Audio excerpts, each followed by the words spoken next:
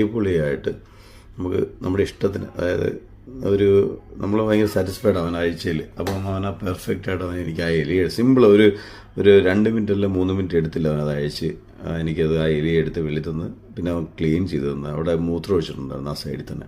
അപ്പോൾ അവൻ പറഞ്ഞ ഉള്ളിൽ ബ്ലോവറിനകത്ത് മൂത്രം ഒഴിച്ചിടാൻ സാധ്യതയുണ്ട്, അപ്പം ഷോറൂമിൽ കൊണ്ട് ഫുള്ള് ക്ലീൻ ചെയ്യണം, അല്ല എയർ പാസിങ്ങിനകത്ത് നമുക്ക് വണ്ടി ഇരിക്കുന്ന ആൾക്കാരെ ശ്വസിക്കേണ്ടി വരും. അപ്പോൾ ആ സ്മെല്ലും വരും. ഇപ്പോൾ സ്മെല്ലില്ല, പെർഫ്യൂം ഒഴിച്ചിട്ടുണ്ട്, സ്മെല്ലില്ലാണ്ട് ഈവനാണ് നമ്മുടെ വണ്ടിക്കകത്ത് കിടന്നത്.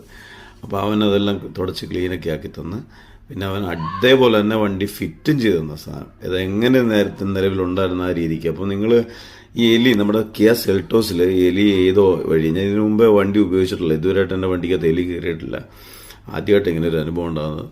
അപ്പോൾ എവിടെ നിന്നാണ് ഈ എലി കയറുന്നതെന്ന് ആർക്കെങ്കിലും അറിയാമെങ്കിലും ഒന്ന് പറഞ്ഞു തരിക. എലി കാറിനകത്ത് കയറാതിരിക്കാനുള്ള എന്തെങ്കിലും ടിപ്സ് ഉണ്ടെങ്കിൽ അതും പറഞ്ഞു തരിക. ഇനി ഇങ്ങനെ ശല്യമുണ്ട്, നമ്മൾ ഒരുപാട് ടെൻഷനായി.